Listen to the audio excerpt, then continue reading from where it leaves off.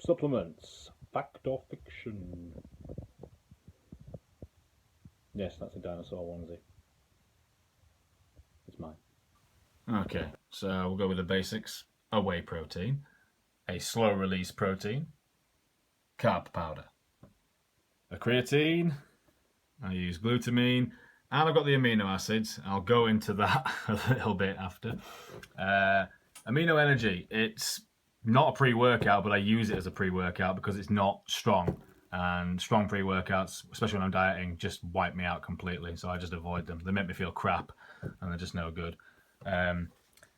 This is quite a weak fat burner. I only use that towards the end, and I only use that in between when I'm using things like Clen, pharmaceutical fat loss drugs. So it's not strong. That's the point. I don't use much of it. It's just enough to, keep my heart rate high and keep up the thermogenic effect. A multivitamin, vitamin C, vitamin D3, fish oils, glucosamine and joint aids, liver protection. That is an important one currently. And for digestion, I use apple cider vinegar. I have a couple of greens powders that I use. The Grays is a flavoured one.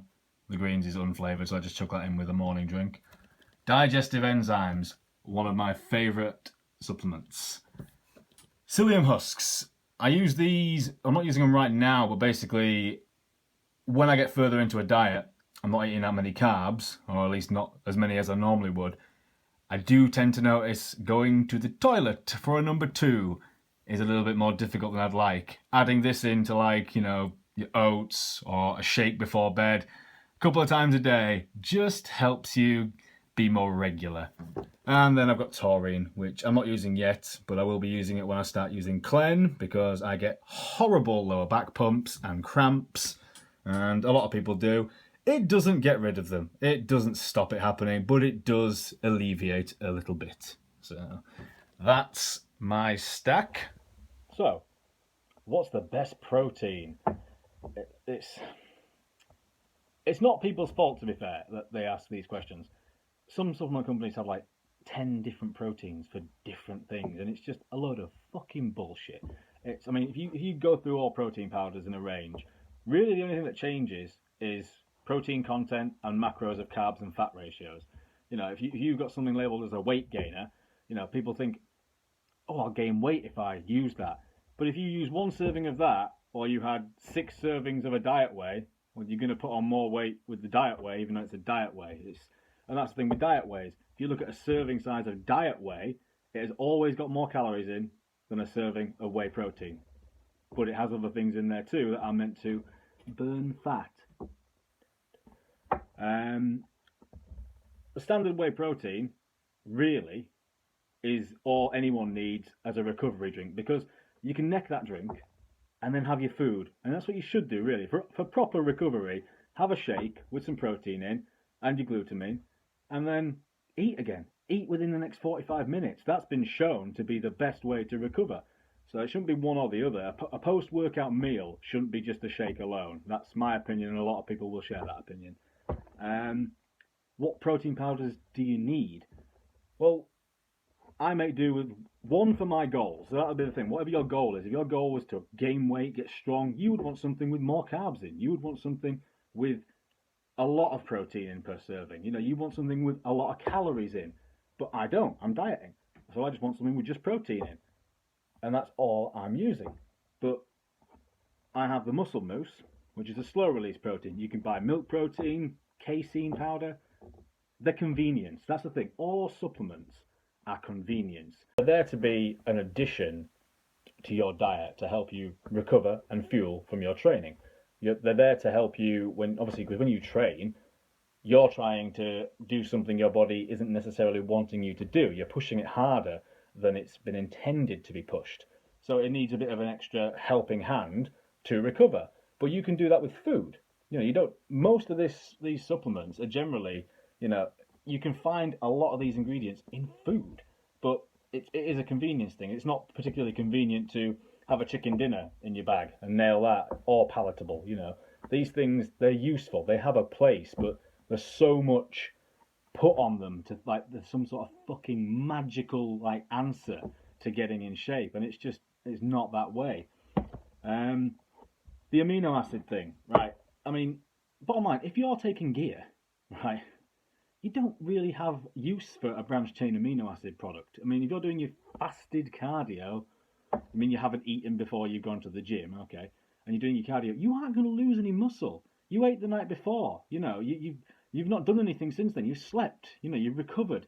You go and do some cardio, which probably isn't horrendously vigorous, and then you're going to go and eat afterwards.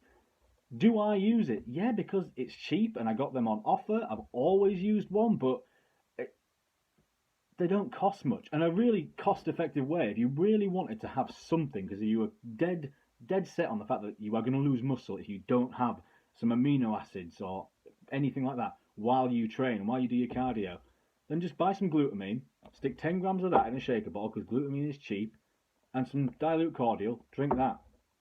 It's going to do the same thing. But I think there's a lot of people want to believe that products are doing a lot more than they are. Someone who's natural would probably get more of a benefit out of an amino acid drink, but there's that many like reports and studies that are basically showing we can't really conclude they're doing anything, but they're not expensive. That's the thing. A lot of these things, it's like if you were getting ripped off 100 quid for a product and it was doing fuck all, then you go, well, no, I'm not going to keep doing that. But if they're cheap enough and you are getting the results you want while using them, I see why people buy them. Like I say, with the fat burner, I don't use a strong fat burner. Do they burn fat? Do fat burners burn fat? No, they don't. Simple as that. You being in a calorie deficit, you training, you eating the right diet burns fat. Why use fat burners? Because they can keep you on track. They can give you extra energy. They can, they keep your heart rate up. They keep the thermogenic effect. They keep that going. Basically, if your appetite is down and you have more energy because you're using them, you're going to have more chance of losing fat as long as you are in a calorie deficit. But if you're taking a fat burner and a diet whey, but you're overeating by 400 calories a day on what you're actually burning, you are not going to lose any fat. So it doesn't matter what your product is labelled as, you're not going to lose anything. The multivitamins, I don't need to take a multivitamin, but they cost £4, £4.60. I take one. I'm getting everything from my food, and I know I'm getting everything from my food because some people think the diet's good. I know my diet's good, 100%, no doubt. But some people think, oh, my diet's pretty good, and they might be missing out on something. So you cover your bases by taking a multivitamin. Things like the fish oils, I don't take them every day. I have quite a high fat diet, but I use them on days when I'm having a high carb day, when I bring my fats down, and I use them on a refeed day when I have pretty much no fats. The joint protection stuff, the glucosamine, and I've got a CMP Protect. I have bad knees, and that's basically caused from the powerlifting side of things I used to do.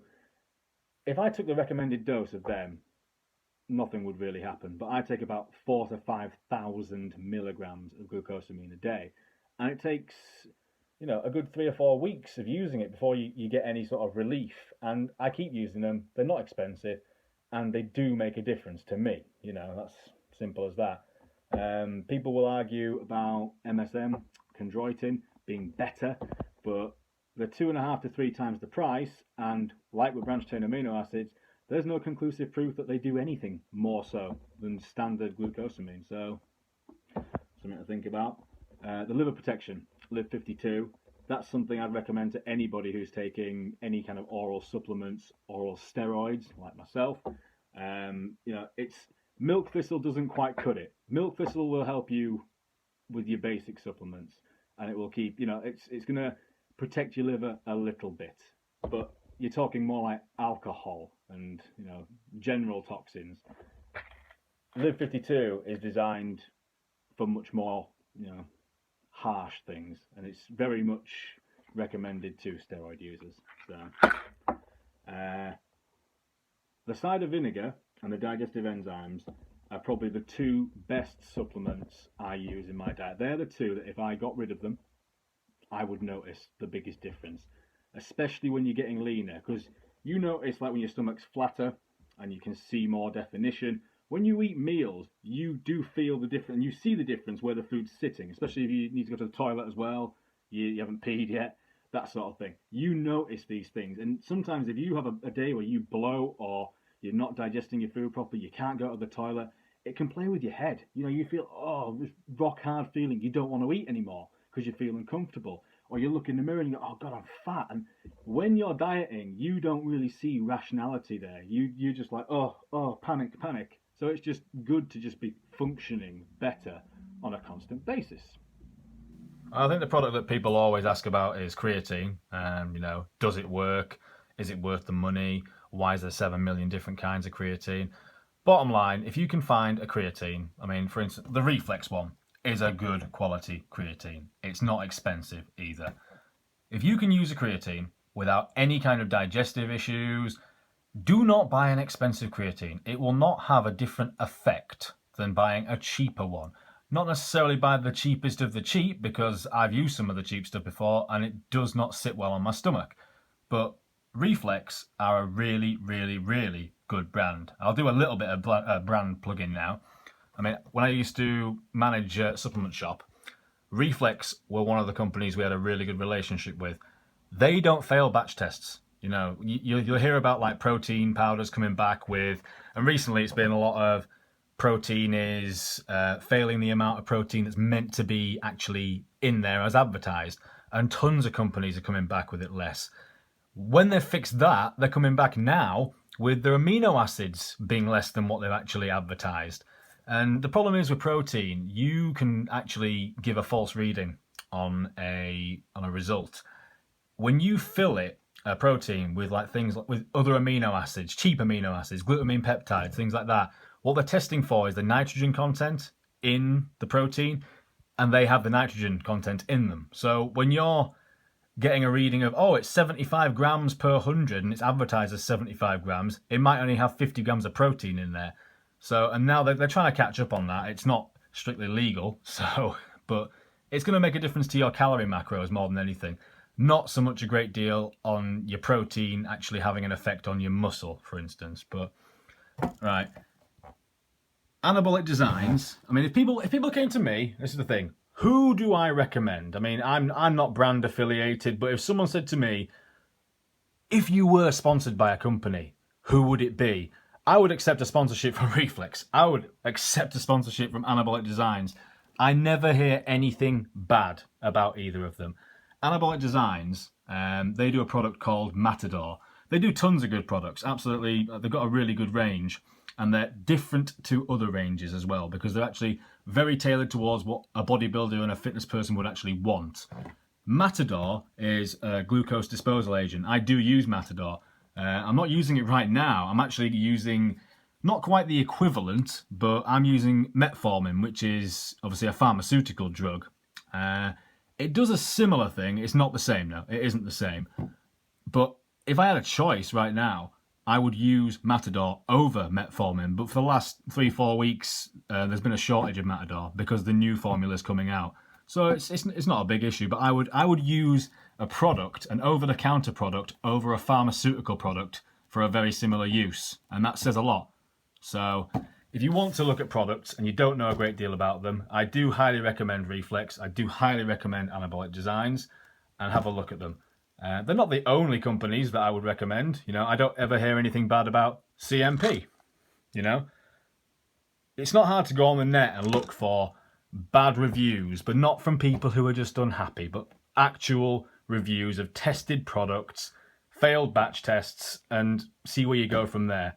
But don't part with hundreds of pounds for supplements, because you're not going to get hundreds of pounds worth back. You know, pick some supplements that you think are going to benefit you for your training, and like especially with protein powders, you don't need 5 different kinds. You really, really don't. Buy 1 or 2 and then make the rest up with your food.